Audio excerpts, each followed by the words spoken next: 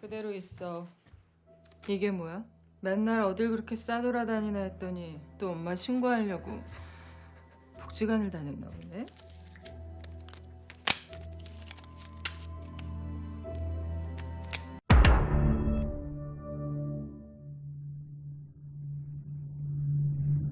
유죄입니다. 유죄입니다. 저는 무죄입니다. 모두가 유죄를 외칠 때 홀로 무죄를 외치는 한 남자, 정엽은 변호사입니다. 그의 인생 최대 목표는 오직 성공뿐입니다. 하지만 이런 유별난 모습 때문에 면접을 봐도 떨어지길 일쑤였죠. 이런 식의 변호사가 어떻게 하는 거야? 그만해. 오늘 정엽이 위로하려고 만난 거잖아. 위로를 너무 자주 하니까 그게 문제야. 근데 또 그게 위로가 되니까 그게 더 큰 문제야. 정말 짜증나 정말. 그리고 너무나 예쁜 이 아이는 다빈입니다. 홀로 동생 민준이를 챙기는 세상에서 유일한 사람이자 누나입니다. 하지만 다빈이는 일찍 돌아가신 엄마의 얼굴이 기억이 나질 않습니다. 뭐해 여기서? 뭐하냐고. 인사해. 앞으로 니들 엄마 될 사람이. 앞으로 엄마랑 잘 지내보자. 아이들은 엄마가 생긴다는 말에 너무나도 행복했습니다. 양엄마의 본성이 드러나기 전까지는요. 먹자. 네. 민준아, 엄마가 밥 먹을 때 흘리지 말라고 몇 번이나 말했잖아. 니들 엄마한테 젓가락질도 안 배웠니? 네.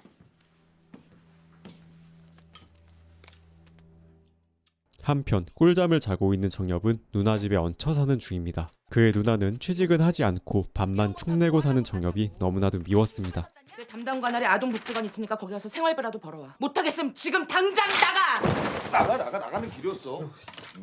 지갑은 왜 안 들고 나가? 왜? 또 기어들어오려고. 그렇게 정엽은 심심할 때 따놓은 사회복지사 자격증으로 아동복지기관에 취직을 하게 되고 곧 그만두는 직원에게 인수인계를 받게 됩니다. 저분한테 인수인계 받으면 돼요. 내가 되지도 않는 것 같고 진짜. 내가 법 같은 거 겁났으면 이렇게 살지도 않아. 나 대고 법 타령이야, 씨. 진짜. 엄마, 제가 잘할게요. 제가 다시 잘 가르칠게요.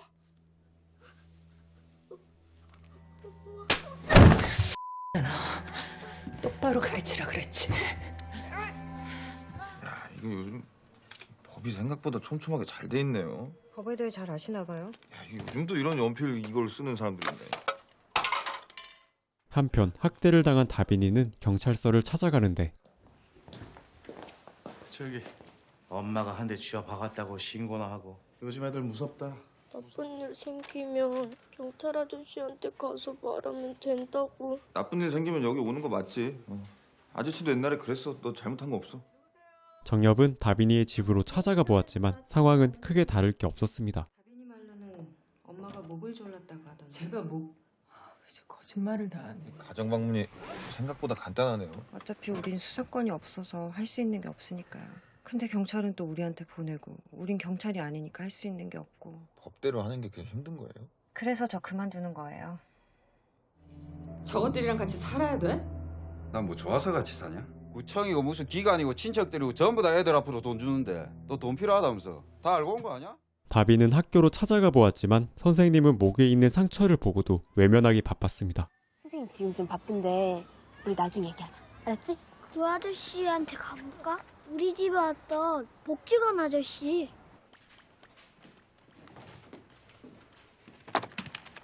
야, 열심히 하시네. 와, 이거 집중하다 보니까 일주일이 그냥 가버렸네. 앞으로도 쭉 같이 가요. 네? 있다. 정엽은 자신을 찾아온 아이들이 귀찮기는 하지만 아이들과 같이 있어주며 햄버거도 사주게 됩니다. 햄버거는 그렇게 흘리면서 먹는 거야. 괜찮아.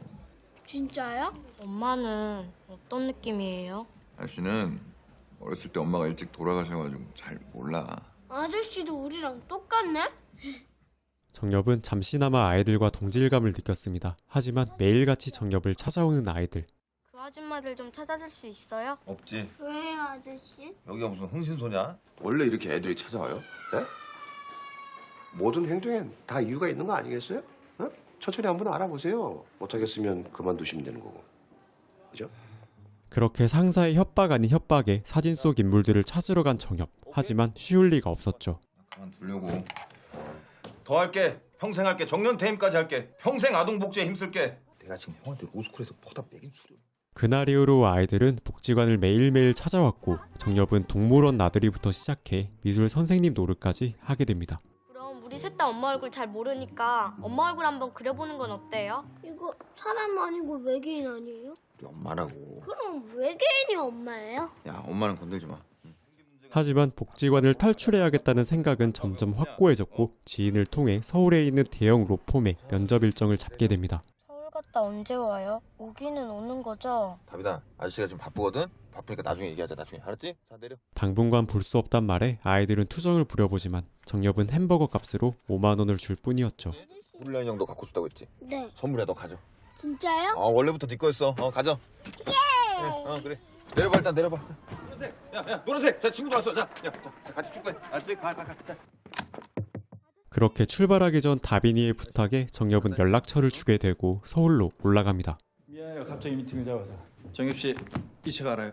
어떤 내용인지 말해볼 수 있어요? 우리가 어떤 지위에 있는 부모 밑에서 태어나고 또 어떤 이웃을 만나야 될지 걱정해야 된다면 우리 사회가 공정하지 못하고 또 우리가 해야 할 일이 남아있다는 관점의 책입니다. 근데 우리 대정로펌은 다른 환경에서 태어났으면 어땠을까? 이 점을 전혀 고려하지 않아요. 저도 그렇게 생각합니다. 결국 현장에서 합격 통보를 받게 되고 인생의 목표가 성공뿐이었던 정엽은 너무나도 행복했습니다. 고생 끝났어. 행복 시작이다.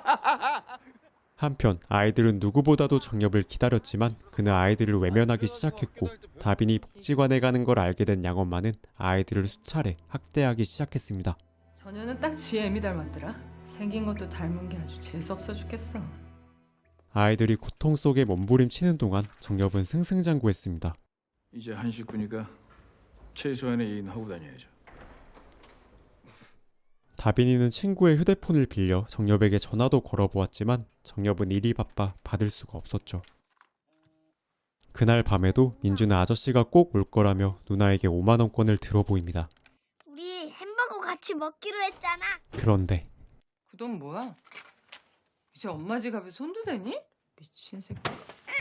뭐라고 이 새끼야.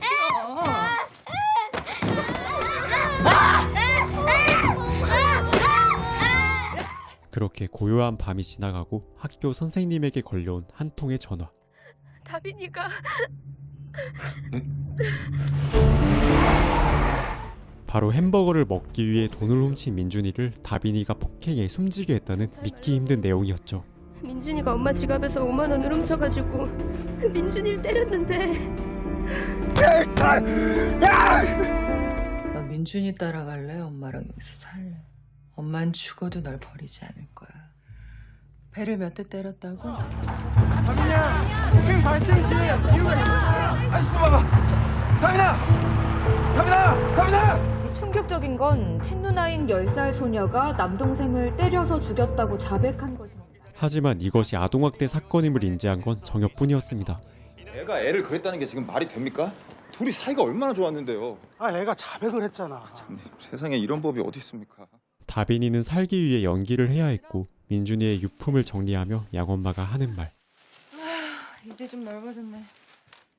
정엽은 다빈이를 돕고 싶었지만 회사는 반대했습니다. 그런 부모 밑에서 태어난 애들이 있어요. 재수 없는 애들.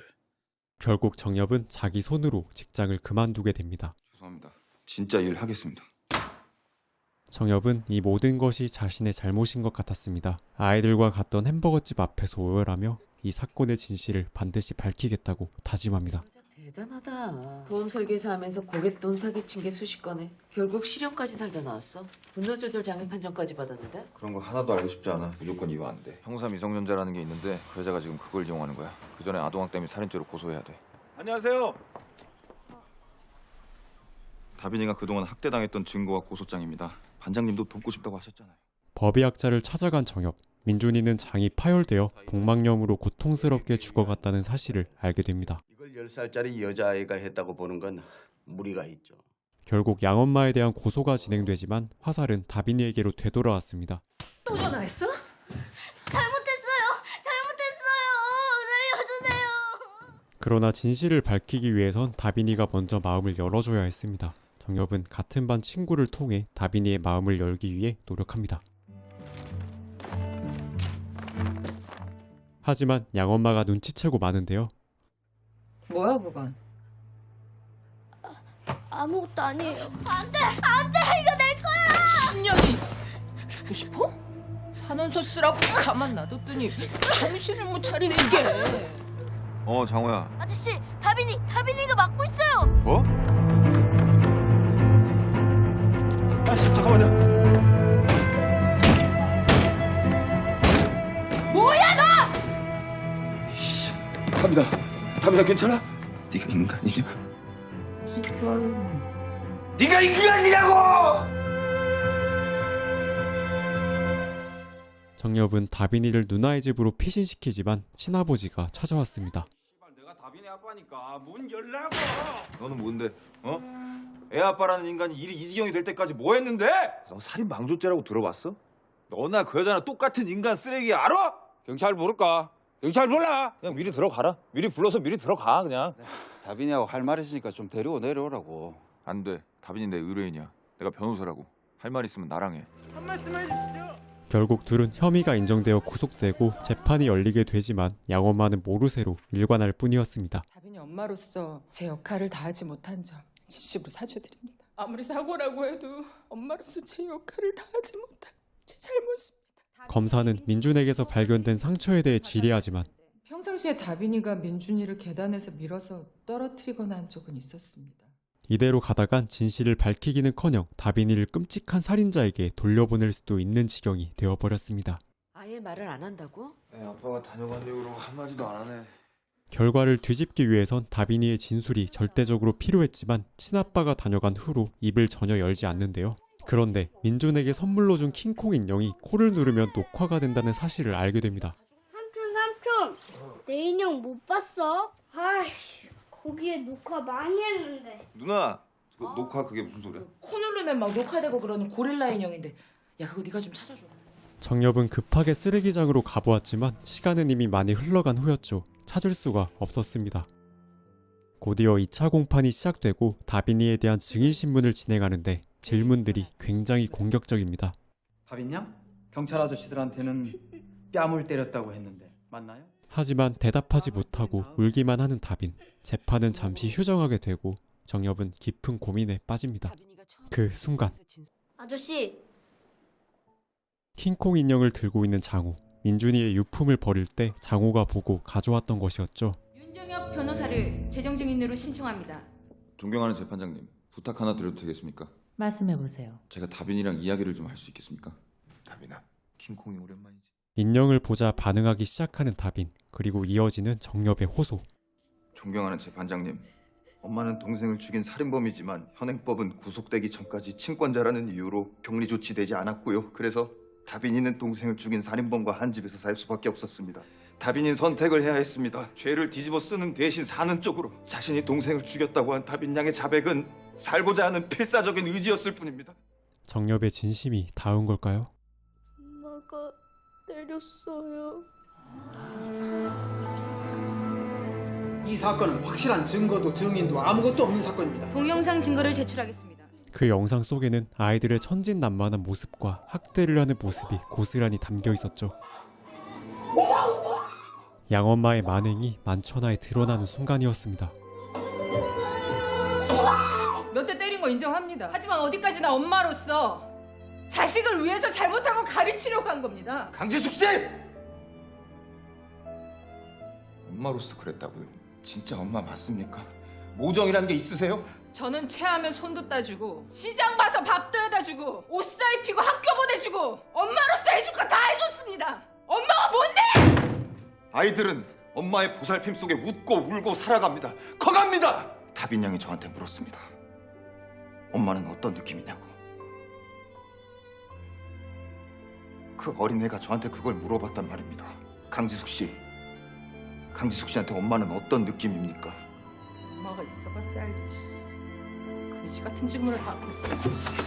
박지숙 씨! 야 뭔데 내 삶에 끼어들어서 자꾸 피고인 대정 조치하겠습니다. 결국 친부는 아동학대 방치죄로 징역 5년, 양엄마는 살인죄가 아닌 아동학대 및 상해치사죄로 징역 16년을 선고받습니다. 아저씨! 6개월 후 정엽은 아이들이 찾아달라고 했던 사진을 찾아주게 되었고 다빈이는 민준이를 떠올리며 영화는 끝이 납니다. 이 영화는 2013년에 있었던 칠곡 아동학대 사망사건을 모티브로 재구성한 영화입니다. 오히려 영화는 실제 사건보다 순화되어 만들어졌는데요. 다시는 이런 일이 일어나지 않기를 바라봅니다. 지금까지 어린 의뢰인이었습니다. 그리고 저는 영화복가였습니다. 감사합니다.